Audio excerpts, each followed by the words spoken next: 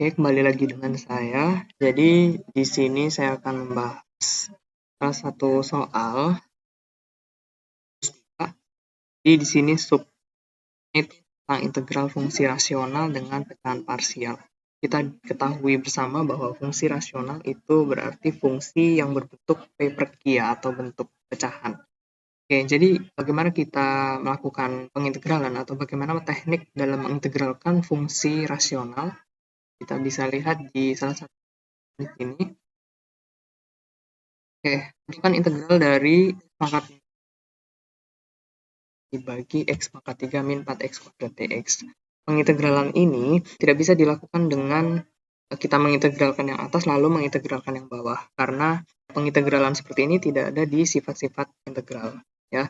Jadi kita harus melakukan perhitungan dengan fokus dulu ke fungsi pecahan bentuk P per Q ini. Oke, kita lihat dulu.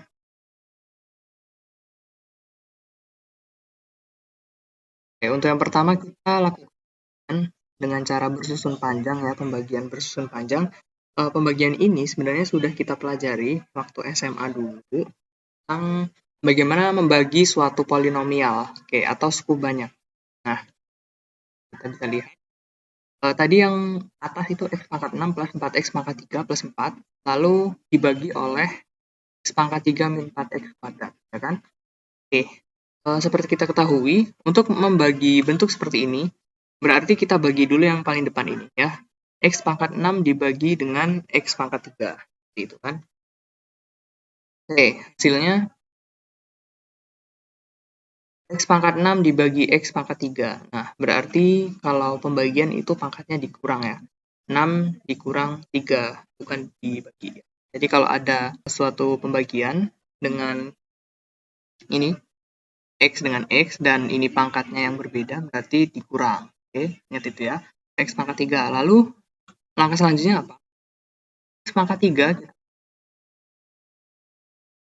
X pangkat 3 di pangkatnya kita tambah. 3 tambah 3, X pangkat 6 ya.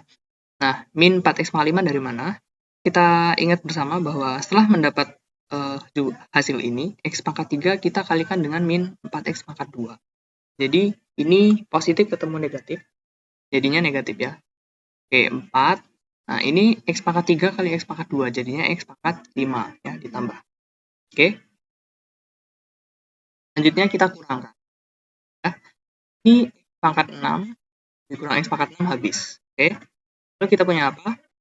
Sini ada min 4X pangkat 5 ya. Ketemu min jadi plus 4X pangkat 5 plus. Nah, kita masih punya ini ya di atas tadi. 4X pangkat 3 plus 4. Seperti cara bersusun panjang untuk membagi bilangan. Seperti biasanya itu. Tapi ini kita masuk ke ranah polinomial, jadi memang sedikit complicated. Tapi nggak terlalu bikin pusing. Kita tinggal ikuti prosedurnya, oke? Lalu selanjutnya kita bagi lagi. Oke, pangkat yang paling besar, ini 4X pangkat 5 ya, tadi 6, ini jadi turun jadi 5. Kita bagi lagi, yang paling depan ini dengan 4X pangkat 5 dibagi dengan 4X pangkat 3. Oke, berarti pangkatnya dikurang ya. 4X pangkat 5 dibagi X pangkat 3, berarti 4X kuadrat ya. 5 dikurang 3, 2. 4X kuadrat dikalikan dengan 4X pangkat 3. Kuadrat kali 4X pangkat 3 ya, tentunya 4X pangkat 5 ya kan. Lalu kita kalikan ini, jangan lupa. 4X kuadrat dikali min 4X kuadrat. Jadi 4 kali 4 minus 16. X kuadrat, X pangkat 4. Ditambah ya pangkatnya, jangan dikali. Karena ini perkalian. Oke. Kurang lagi. 4X pangkat 5 dikurang 4X pangkat 5 tentunya 0. Oke, lalu kita bisa lagi. Ini minus 16X. Jadinya positif ya. Berarti positif 16X pangkat 4. Terus kita masih punya lagi ini. Plus 4X pangkat 3 plus 4. Kita tulis saja biar nggak bingung. Oke, selanjutnya kita bagi lagi. Plus X pangkat 4 dengan X pangkat 3. Berarti ini pangkat 4, ini pangkat 3. Berarti pangkatnya tinggal 1 ya.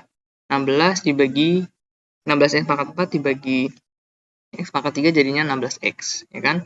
Lalu kita kalikan lagi. 16X dikali X pangkat 3 jadinya 16X pangkat 4. Ya kan?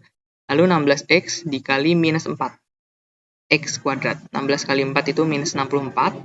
X dikali X kuadrat X pangkat 3. Ya. Oke, kita kurangkan.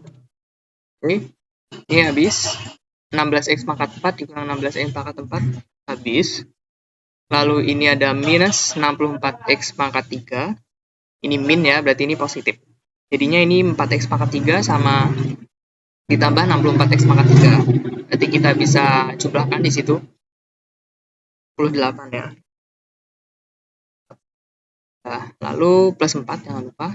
Kita masih punya sisa plus 4.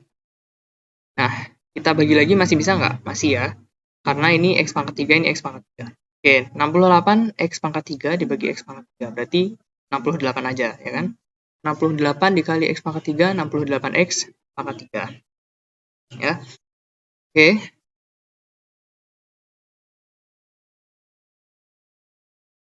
Lalu 68 dikali x pangkat 3 itu 68x pangkat 3, ya. Lalu 68 dikali minus 4x kuadrat. Berarti minus 68 kali 4 itu minus 272x kuadrat. Ya kan? Oke, kita kurangkan. Ini habis, ya. 68x pangkat 3-nya habis. Lalu kita masih punya sisa apa? Ya, ini min ketemu min jadinya plus 272x kuadrat ditambah 4. Jangan lupa masih ada 4.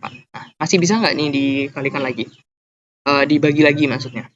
Nggak bisa ya, karena ini x pangkat 2 dan ini x pangkat 3. Jadi udah nggak bisa dibagi lagi. Dalam sebuah pembagian bersusun panjang seperti ini, itu pasti kalau seandainya dia memang nggak habis dibagi, ya, yang sisanya bukan 0, itu pasti dia masih punya sisa. Nah, untuk pembagian polinomial juga seperti itu.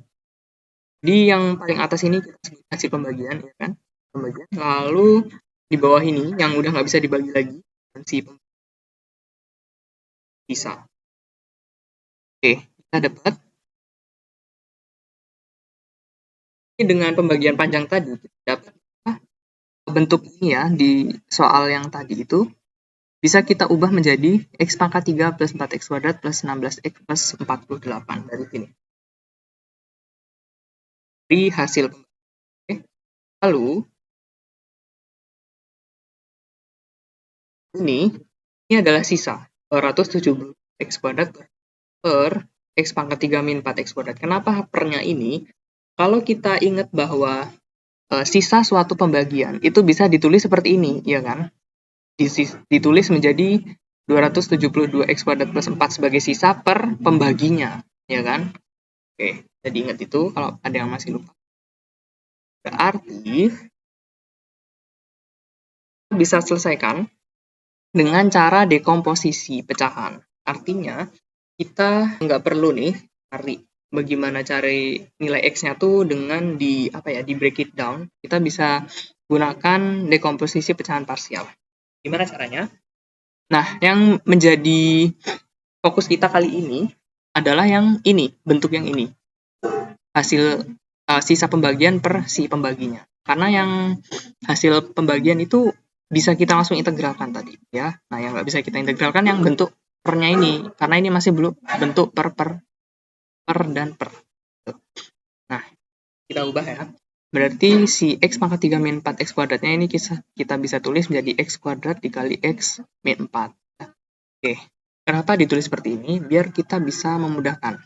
Nah, kalau kita bertemu dengan bentuk seperti ini, ya, oke, ada x kuadrat. Nah, berarti itu kita harus tulis a per x ditambah b per x kuadrat.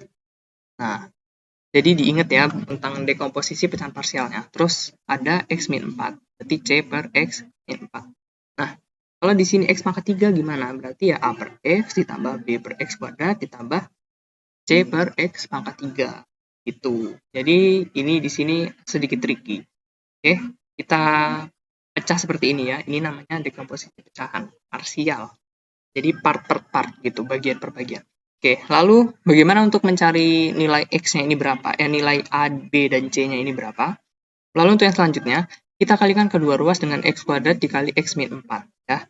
Oke, biar kan tujuan kita itu mencari a, b, dan c, ya kan? Oke. Kalikan kedua ruas dengan x kuadrat dikali x min 4. Kenapa? Ini ya, biar ini.